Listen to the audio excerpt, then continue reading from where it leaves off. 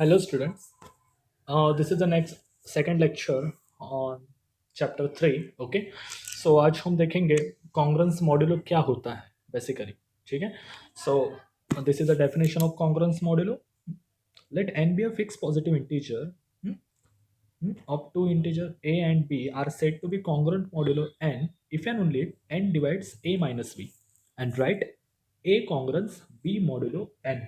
अब आप बोलोगे भाई ये क्या बवाल है, ये क्या चीज़ है? देखो, वेरी सिंपल. अगर कोई दो नंबर है, सपोज करो 4 and 2, सो हम उसे कहते हैं कि कॉन्ग्रुएंट मॉड्यूलो है. कब?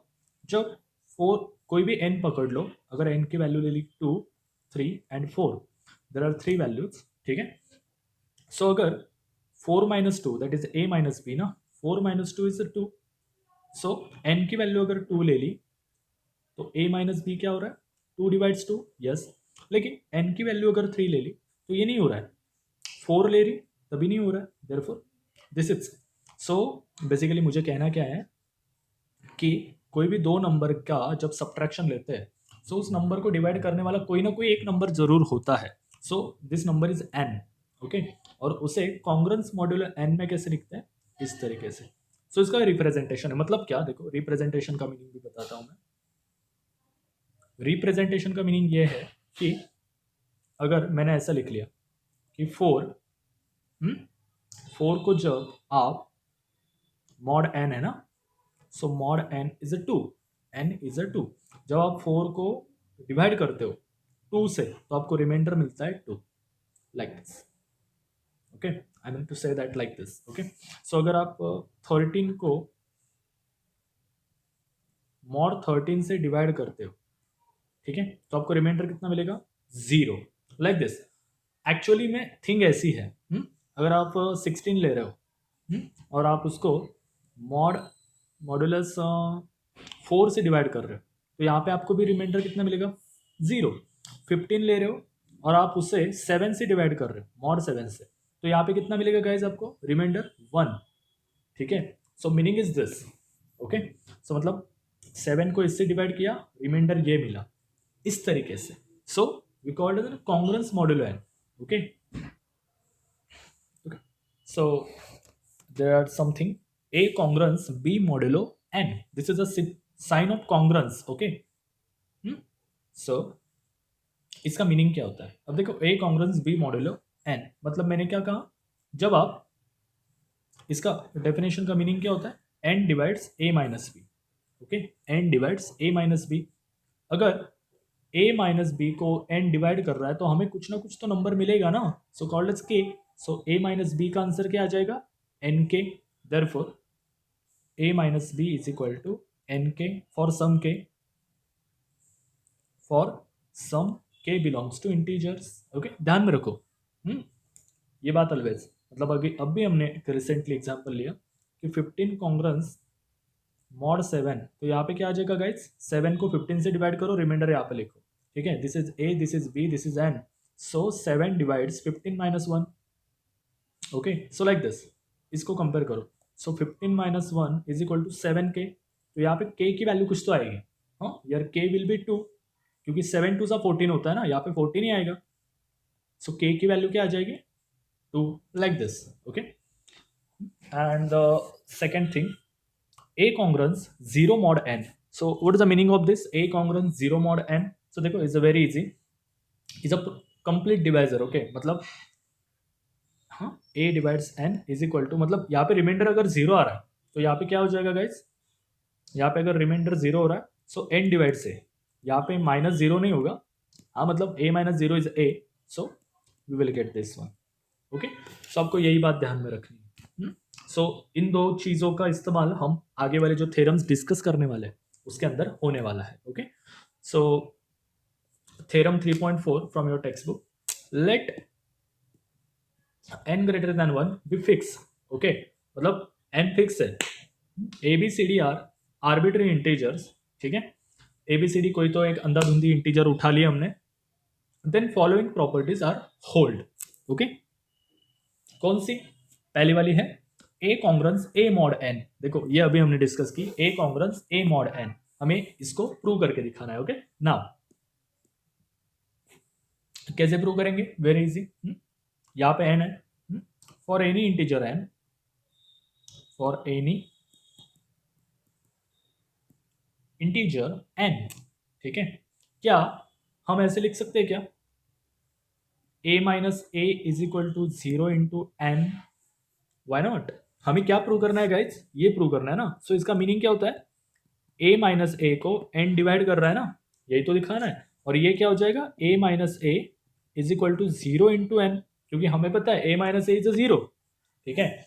a minus A is equal to 0, therefore like this. Okay, देखो लास्ट वाली प्रॉपर्टी हमने यूज करना चाहता हूँ यहाँ पे, ये वाली A congruence B mod N. तो हमें क्या मिलता है? a minus B is equal to N K, therefore according to this property I am getting this result. ये नहीं लिखना है आपको, ये बस आपके समझने के लिए। सो यहाँ पे क्या हो जाएगा? देखो अगर ऐसा प्रूव हो रहा है, सो ये क्या हो जाएगा? According to this property which one? कि a congruence B mod N, then we will get a minus B is equal to N k. तो यहाँ पे एन की वैल्यू क्या है? एन है, के की वैल्यू 0 है, तो उसमें हम क्या करें?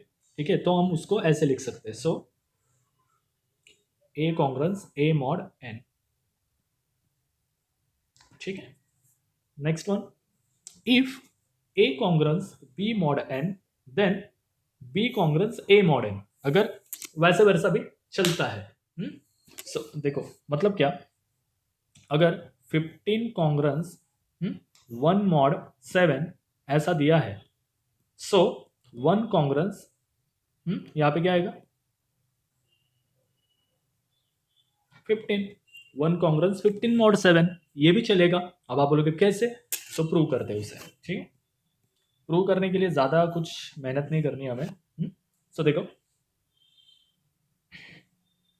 दिया क्या है? If A congruence B mod N, okay. इसका मीनिंग क्या बनता है गाइस? एन डिवाइड्स ए माइनस बी, एन डिवाइड्स ए माइनस बी। अब मुझे एक बात बताओ, अगर एन डिवाइड्स ए माइनस बी है, मतलब अगर 7 14 को डिवाइड कर रहा है, तो 7 निगेटिव 14 को भी डिवाइड करेगा, इज कॉमन ना। So therefore N divides negative of this, ठीक है। सो इसको अंदर मल्टीप्लाई कर दो, so it will become B by, okay. इसको अंदर मल्टीप्लाई कर देने के बाद हमें क्या मिलेगा? b माइनस है, therefore b congruence a mod n, like this. देखो मतलब दिया क्या था? ये यहां से हमने ये उठा लिया। अब अगर ये पॉजिटिव को डिवाइड कर रहा है तो निगेटिव को भी डिवाइड कर रहा है। सो निगेटिव को अंदर मल्टीप्लाई कर देने के बाद मुझे ये मिला, लेकिन अकॉर्डिंग टू डेफिनेशन ये क्या बनता है? ये हेंस प्रूफ। मतलब हमने यहां से स्टार्ट किया, यहां पे आके पहुंचा, okay. Next one, if A congruence B mod n, B congruence C mod n, then A congruence C mod n। Babu transitivity property, अगर A B को डिवाइड कर रहा है, ठीक है, B C को डिवाइड कर रहा है, तो A C को डिवाइड करेगा, ठीक है। मतलब इसका और उसका कोई संबंध नहीं, लेकिन जस्ट एक जनरलाइजेशन, ओके। सो गिवन क्या है? बस आपको यहाँ पे डेफिनेशन का यूज करना है। A congruence B mod n, सो हमें क्या मिला? n divides A minus B, okay. And B congruence C mod n, okay. तो हमें क्या मिला? n divides b minus c, okay. दोनों तो एक ही बात है ना, n divides a minus b, n divides b minus c, okay. So देखो हमने पहले भी डिस्कस किया था कि अगर p divides a and p divides b, तो p divides a plus b, okay. So इन दोनों को ऐड कर देते हैं। So n divides a minus b plus b minus c, ये वाली प्रॉपर्टी काम में आने वाली है गाइज, ध्यान में रखो। सो देखो minus b plus b get cancel, so n divides ए माइनस सी। तो ये क्या देता है? A congruence c mod n, like this, okay. Next one, if A congruence B mod n, c congruence D mod N, then A plus C congruence B plus d mod n. देखो ये वाली property हमें format theorem में लगेगी। हाँ, अब वो last वाला थ्योरम है, लेकिन ध्यान में रखो ये वाली प्रॉपर्टी हमें फॉर्मेट थ्योरम में लगेगी, सो भूलना नहीं, ओके। सो देखो गाइज गिवन क्या है? गिवन दैट, सब कुछ गिवन पे चल रहा है जिंदगी। Given that A congruence B mod N, इसका मीनिंग क्या होता है? N divides A minus B, okay, N divides A minus B and C congruence D mod N, ठीक है। सो यहाँ पे क्या होता है? एन डिवाइड्स सी माइनस डी, हो गया। अब मैंने अभी क्या कहा? अगर N divides P, sorry P divides A and P divides B, तो P divides A plus B, okay, hence n divides A minus b plus c minus d, okay, यहाँ तक हो गया। नाउ अब थोड़ा इसको है ना ठीक से करो, ए प्लस सी हो जाएगा और ये minus b minus d, okay guys, okay. So देखो एन डिवाइड्स, अब ये क्या हो जाएगा? देखो फिर से एक बार, ए प्लस सी, माइनस साइन को बाहर ले लो, बी प्लस डी हो जाएगा, ठीक है। मतलब एन डिवाइड्स ये है, तो ये क्या बन जाएगा? A plus C congruence B plus d mod n, बन गया ना। इसको और इसको कंपेयर करो, इसको और इसको कंपेयर करो तो आपको इजीली मिल जाएगा, okay okay. Now and the last one is A C congruence B D mod N, मतलब एडिशन भी मतलब हो सकती है, मल्टीप्लिकेशन लिया तभी भी हो सकता है, ठीक है। अब हम एडिशन को तो प्रूव कर चुके हैं, मल्टीप्लिकेशन को प्रूव करते हैं, ठीक है। सो गिवन क्या था हमें हमारे पास? A congruence B mod N, okay. So यहां से हमें मिला n divides A minus B and C congruence D mod N, ठीक है। तो हमें क्या मिला? एन डिवाइड्स सी माइनस डी, ओके। अब देखो अगर 4 है जो 8 को डिवाइड कर रहा है, तो मैं उसको अगर किसी भी नंबर से मल्टीप्लाई करूं तभी भी डिवाइड हो सकता है। मतलब क्या? अगर मैं इसको 2 से मल्टीप्लाई करूं तो चलेगा, या 8 टू द 16, 4 16 को भी डिवाइड करता है, ठीक है। अगर यहाँ पे 3 ली 24 हो जाएगा, 4 24 को भी डिवाइड कर सकता है। So like this, okay. So अगर मैं यहाँ पे सी से मल्टीप्लाई कर दूं इसे, मतलब इस तरह से, और इसको बी से मल्टीप्लाई कर दूं, चलेगा। मतलब ये बात तो एक ही बनने वाली है, ओके। दोनों को ऐड करो, एन डिवाइड्स, एक सेकेंड, एन डिवाइड्स, ये दोनों अलग अलग चीजें हैं, c into a minus b plus b into c minus d, okay. So यहाँ पे मिल जाएगा a c minus b c plus b c minus b d, तो b c get cancel. So n divides a c minus b d. So congruence के definition से क्या बनेगा? A C congruence B D mod n. देखो properties बहुत easy है, बस आपको ये चीज पता होनी चाहिए, बस खत्म, ओके।